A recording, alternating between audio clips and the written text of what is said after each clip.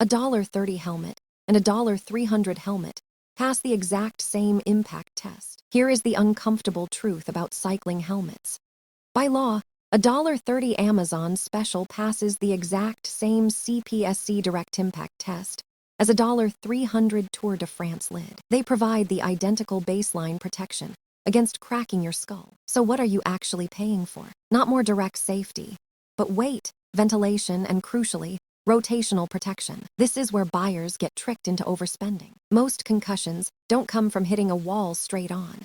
They come from rotational impacts. MIPS is a low-friction liner that allows 10 to 15 millimeters of rotation when you crash. It reduces rotational forces on your brain by up to 40%. MIPS only adds about $15 to $30 to a helmet's manufacturing cost. That means the absolute sweet spot for value is between $60 and $100. Right now in 2026, the Gyro Register MIPS and Smith Signal MIPS offer elite-level safety without the premium markup. What if you spend more? Above $100, you are buying comfort and aerodynamics. The Gyro ETHA MIPS gives you massive cooling vents, while a $250 specialized Prevail 3 cuts weight. But remember, it doesn't protect your brain any better. Here's the mistake most people make.